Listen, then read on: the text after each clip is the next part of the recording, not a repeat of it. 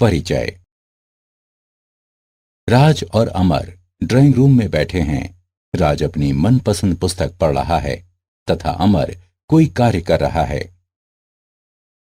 अमर, मैं तुमसे कुछ पूछना चाहता हूं। आखिर ये कैलकुलेटर कैसे कार्य करता है? ये सभी उत्तर सही सही कैसे दे देता है? हाँ राज, मैं तुम्हें बताता हूं। कैलकुलेटर डायोडों के जुड़ने पर कार्य करता है। डायोड एक अर्धचालकीय प्रक्रम है तथा इसे ऑन ऑफ करने के लिए प्रयोग किया जा सकता है। जब किसी डायोड को किसी विशेष प्रकार से व्यवस्थित किया जाता है तो वह विशिष्ट परिणाम देता है। धन्यवाद अमर, मुझे कैलकुलेटर की आधारभूत संकल्पना समझ में आ गई है। छात्रों, आज हम अर्धचालक इलेक्ट्रॉनिक के बारे में विस्तार से अध्ययन करेंगे। उद्देश्य: इस पाठ के अंत में आप निम्न करने में सक्षम हो जाएंगे। ठोसों में ऊर्जा बैंड के बारे में जानना, अचालकों, अर्धचालकों तथा धातुओं को परिभाषित करना, आंतरिक तथा बाह्य अर्धचालक को समझना, एन प्रकार तथा पी प्रकार के अर्धचालक को परिभाषित करना, पीएन जंक्शन को समझना, अर्धचालक डायोड का वर्णन करना, अग्र तथा पश्च बायस जंक्शन डायोड का विश्लेषण करना, पीएन जंक्शन डायोड के वीआई गुणों का विश्लेषण करना, रेक्टिफायर को परिभाषित करना और जीनर डायोड की व्याख्या करना। ठोसों में ऊर्जा बैंड। परमाणु में इलेक्ट्रॉन किसी निश्चित नियम के अनुसार विविध कोशों में वितरित होता है तथा उन्हें निश्चित डिस्क्रीट ऊर्जा मान रखने की अनुमति होती है।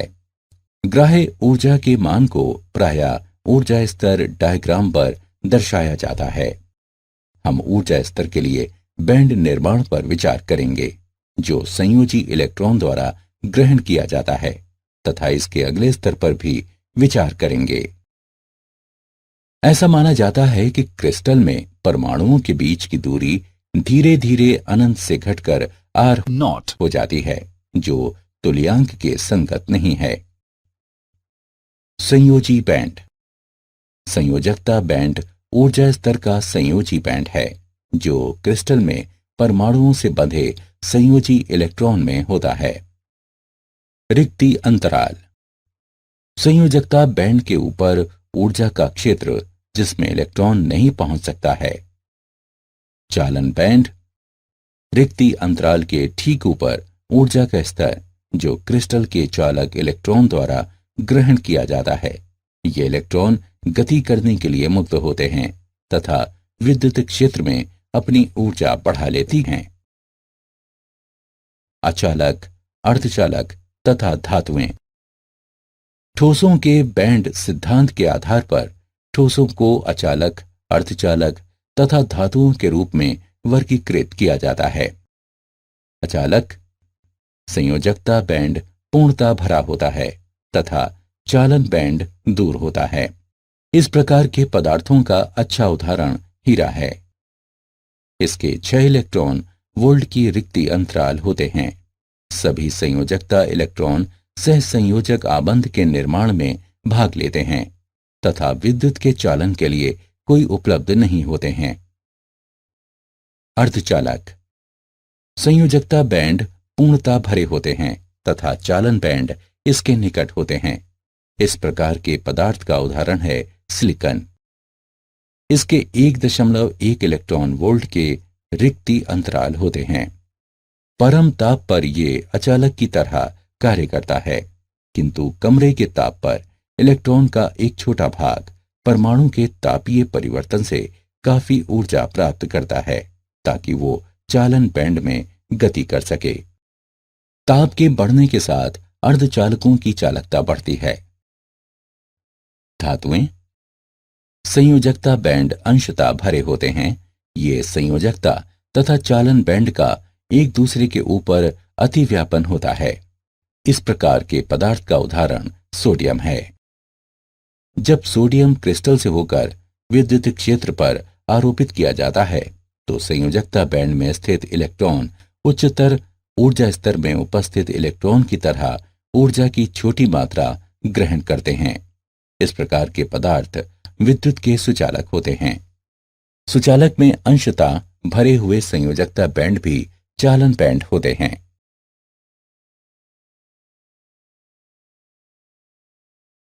आंतरिक अर्धचालक। आंतरिक अर्धचालक वे हैं जिनमें अशुद्धियां उपलब्ध नहीं होती हैं तथा इसलिए परिशुद्ध अर्धचालक कहलाते हैं।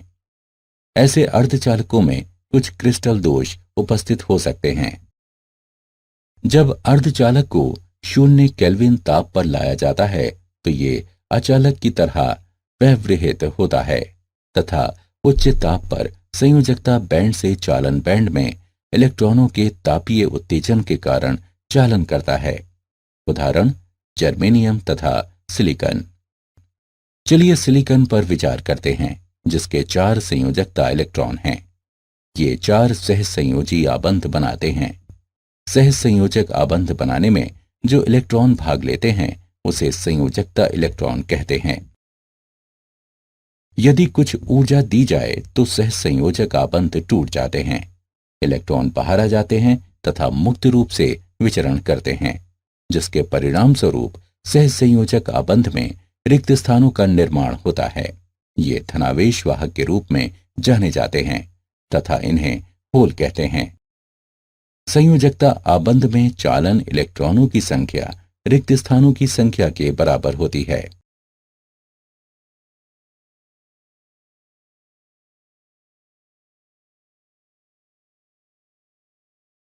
बाह्य अर्धचालक। बाह्य अर्धचालक वो होते हैं जिनमें अशुद्धियां बड़ी मात्रा में उपलब्ध होती हैं। अशुद्धियां तृतीय ग्रुप या 5वें ग्रुप के तत्व हो सकती हैं।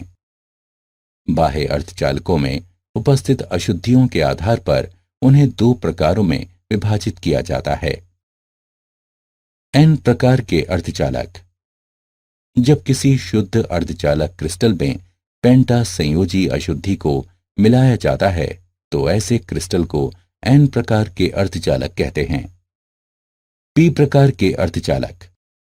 जब किसी अर्धचालक क्रिस्टल में तृतीय ग्रुप के तत्व को मिलाया जाता है तो ऐसे क्रिस्टल को पी प्रकार के अर्धचालक कहते हैं।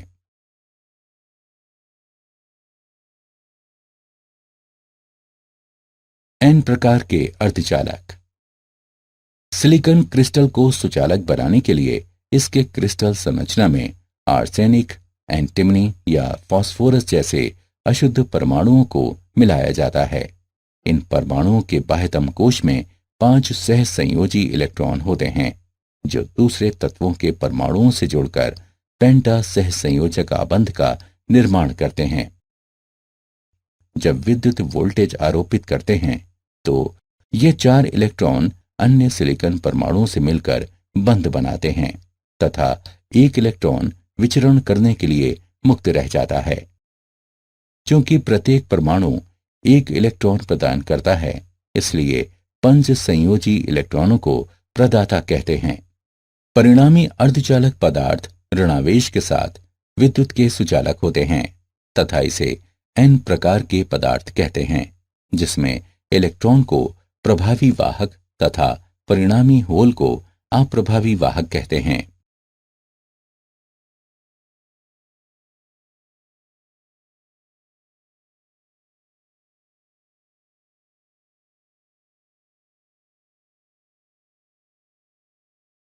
पी प्रकार के अर्धचालक।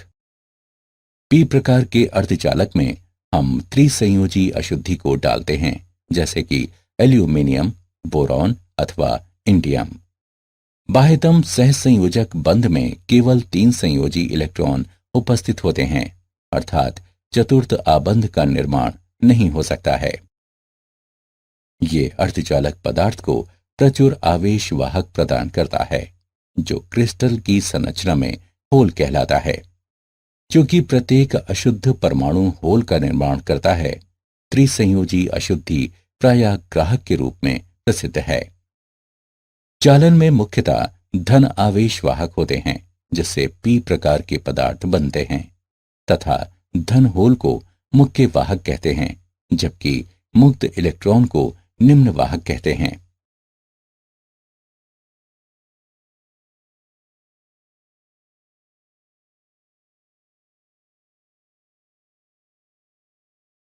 अर्धचालकों के उदाहरण। चलिए अर्धचालकों का एक उदाहरण लेते हैं। अर्धचालक के इलेक्ट्रॉन होल सांद्रण 6 गुणा 10 की घात 8 प्रति घन मीटर होती है। इसमें निश्चित अशुद्धि मिलाने पर इलेक्ट्रॉन सांद्रण 8 गुणा 10 की घात 12 प्रति घन मीटर हो जाती है। चलिए विलयन को देखते हैं।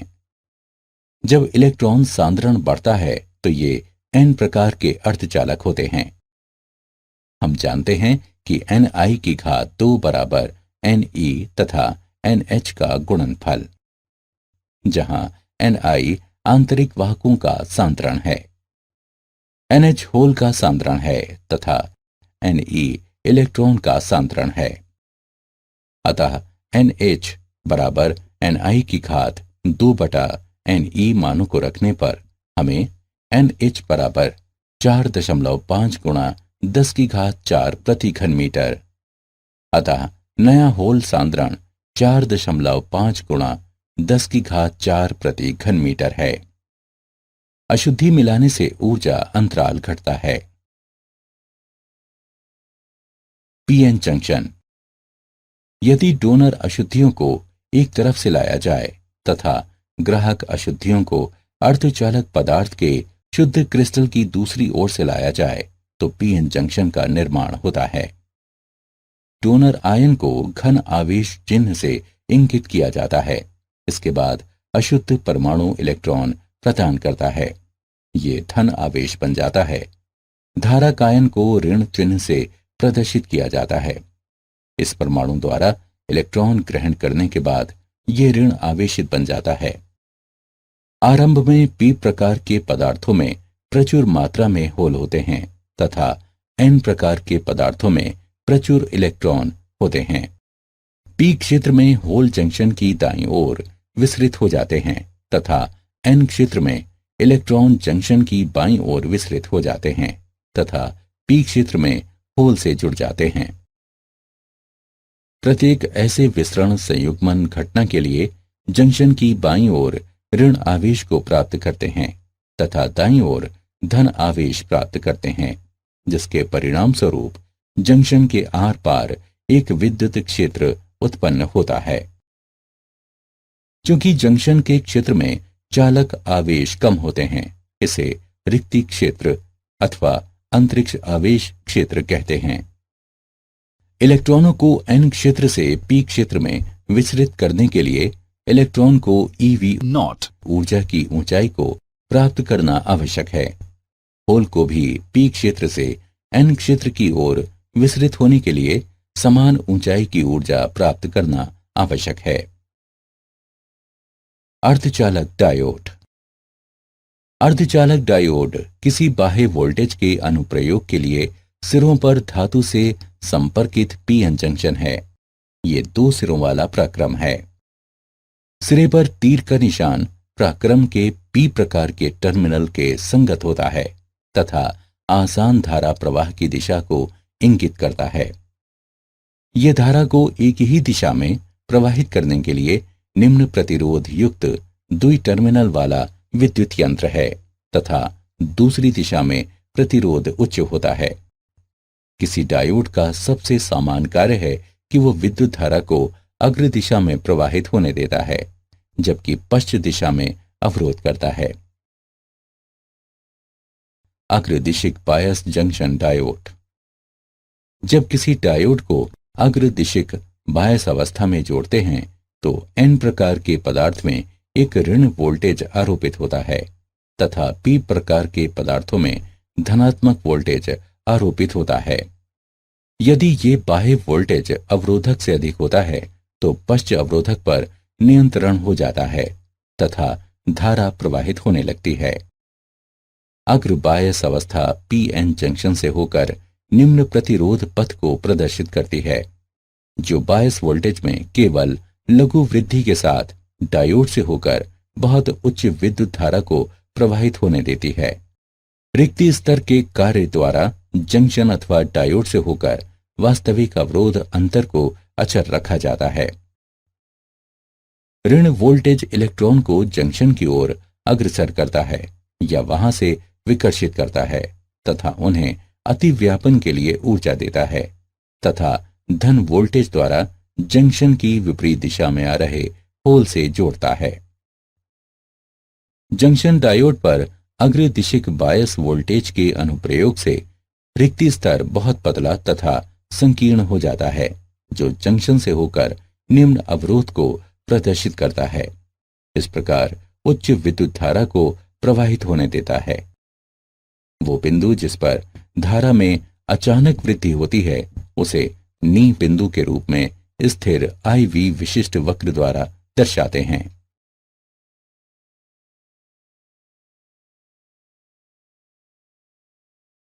पश्चिम दिशिक बायस जंक्शन डायोड। जब किसी डायोड को पश्चिम दिशिक बायस अवस्था में संपर्कित किया जाता है तो N प्रकार के पदार्थ पर धन वोल्टेज आरोपित होता है तथा P प्रकार के पदार्थ पर ऋण वोल्टेज आरोपित होता है। N प्रकार के पदार्थ पर आरोपित धन वोल्टेज इलेक्ट्रॉनों को धन इलेक्ट्रोड की ओर जंक्शन से दूर आकर्षित करता है, जबकि P प्रकार के सिरे पर स्थित होल ऋण इलेक्ट्रोड की ओर जंक्शन के विपरीत आकर्षित करता है। इसके परिणाम स्वरूप इलेक्ट्रॉन तथा होल के अभाव में रिक्ति स्तर बढ़ता चला जाता है तथा एक उच्च प्रति अवरोध पथ उत्पन्न होता है जो बिल्कुल अचालक की तरह होता है। पश्चिम बायस अवस्था PN जंक्शन को उच्च प्रतिरोध प्रदर्शित करता है तथा जंक्शन डायोड से होकर बायस वोल्टेज में वृद्धि के साथ वास्तव में शून्य धारा प्रवाहित करता है। यद्यपि एक बहुत कम धारा जंक्शन से होकर अवश्य प्रवाहित होती है, जिसकी माप माइक्रो एम्पियर हो सकती है।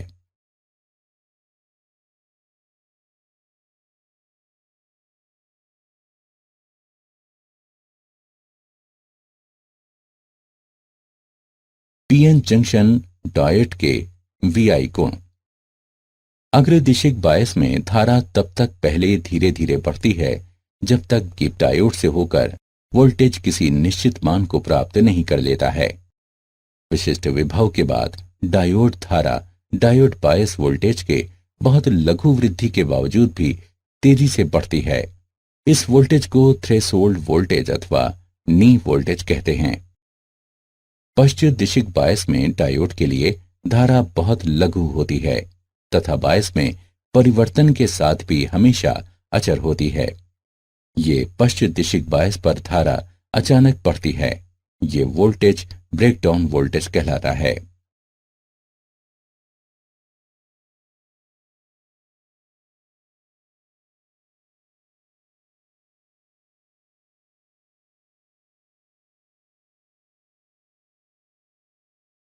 वर्धक।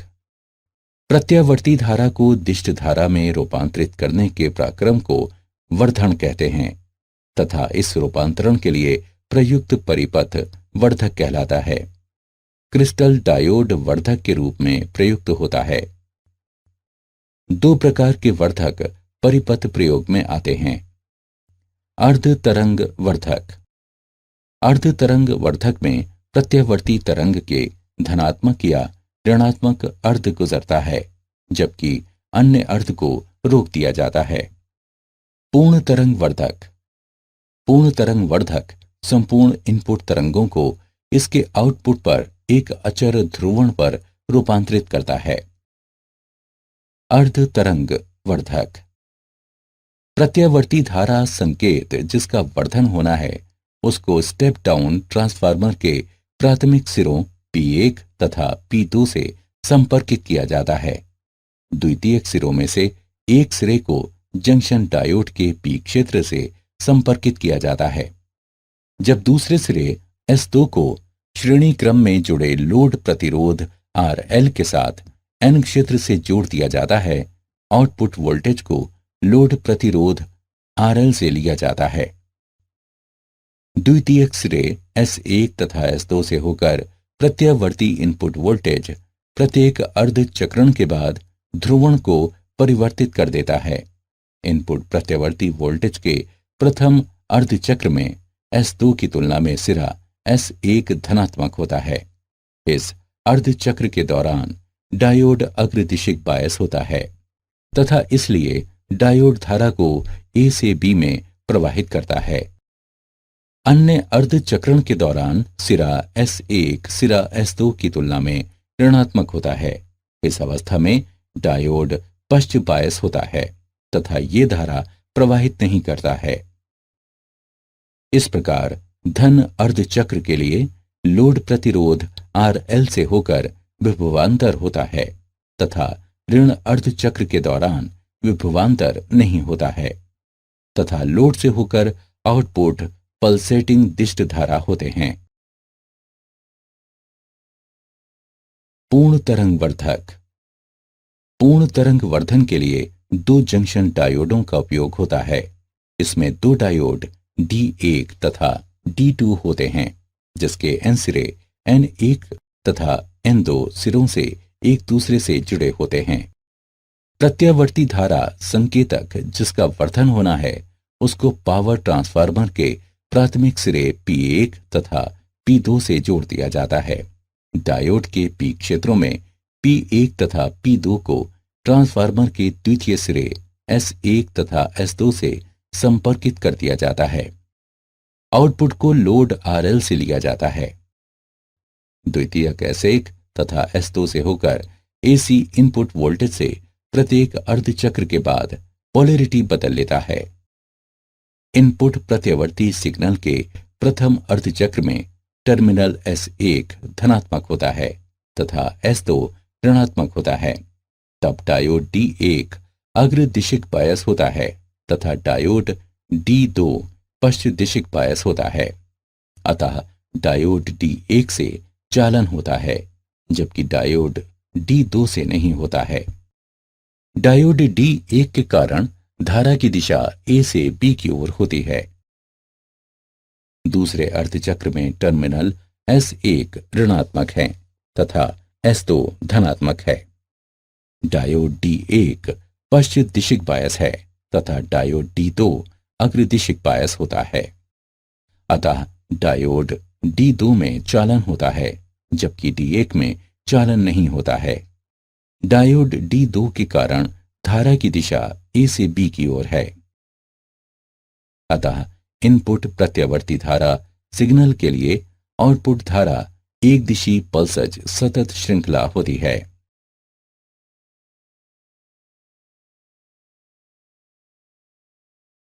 Jenner diode.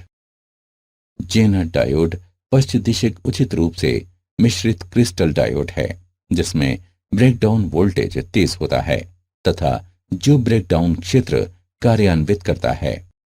जब किसी क्रिस्टल डायोड पर पश्च दिशिक बायस क्रांतिक मान के पार बढ़ जाता है तो ये ब्रेकडाउन वोल्टेज कहलाता है। पश्च धारा एक उच्च मान तक तेजी से बढ़ती है। जेनर वोल्टेज मिश्रण की मात्रा पर निर्भर करता है। कम मिश्रित डायोड में उच्चतर ब्रेकडाउन वोल्टेज होता है। जेनर डायोड के मुख्य गुण हैं। जब इसका अग्र बायस किया जाता है तो इसके गुण सामान्य डायोड की तरह ही होते हैं। जेनर डायोड हमेशा पश्च बायस होता है। जब पश्च बायस होता है तो इसमें से होकर अल्प धारा प्रवाहित होती है। ये धारा एक निश्चित क्रांतिक वोल्टेज तक अचर रहती है जिसे टर्न ओवर वोल्टेज कहते हैं तथा धारा तेजी से बढ़ती है। पश्च वोल्टेज जिसके लिए धारा पश्च गुण के रैखिक भाग पर किसी बिंदु के संगत होती है जेनर वोल्टेज कहलाती है।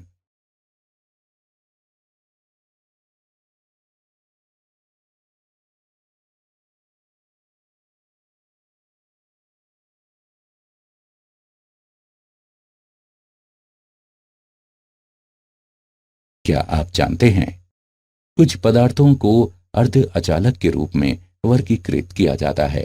इनकी विद्युत चालकता विद्युत अचालकता के निकट होती है। एक सामान्य अर्ध अचालक का उदाहरण गैलियम आर्सेनाइड है। किसी इलेक्ट्रॉनिक युक्ति के लिए सिलिकॉन दिल की तरह है। आज अधिकांश अर्धचालक चिप्स तथा ट्रांजिस्टर सिलिकॉन से बनाए जाते हैं। किसी चिप का इलेक्ट्रॉनिक क्षेत्रफल वो होता है जिसमें अल्प रसायन जैसे बोरॉन तथा फास्फोरस मिलाया जाता है, जो सिलिकॉन की चालकता को बदल देता है। सारांश। आइए हमने जो कुछ सीखा है उसे संक्षेप में दोहराएं। अर्धचालक में संयोजकता बैंड पूर्णता भरा होता है तथा चालक बैंड इसके निकट होता है। अर्धचालक पदार्थ की चालकता ताप बढ़ने से बढ़ता है। आंतरिक अर्धचालक वो पदार्थ होते हैं जिनमें मिश्रण नहीं होता है तथा इसे शुद्ध अर्धचालक कहा जाता है। पी प्रकार के अर्धचालकों में हम क्रिस्टल संरचना में त्रिसंयोजक मिश्रण को डालते हैं, जैसे कि एल्यूमिनियम, बोरॉन अथवा इंडियम। यदि दाता मिश्रण शुद्ध क्रिस्टल अर्धचालक पदार्थ के एक तरफ प्रविष्ट होते हैं तथा ग्राही मिश्रण को इसकी दूसरी ओर, तो पीएन जंक्शन का निर्माण होता है। एक अर्धचालक डायोड मूलतः धात्विक संपर्क के साथ पीएन जंक्शन है, जो बाह्य वोल्टेज के अनुप्रयोग के लिए अंतिम सिरों पर जुड़े होते हैं। प्रत्यावर्ती धारा को दिष्ट धारा में बदलने के प्रक्रम को प्रवर्धन कहते हैं तथा इस रूपांतरण के लिए परिपथ को प्रवर्धक कहते हैं। जेनर डायोड उचित रूप से मिश्रित एक पश्च बायस डायोड है, जिसमें तेज ब्रेकडाउन वोल्टेज होता है, ब्रेकडाउन क्षेत्र में कार्य करता है।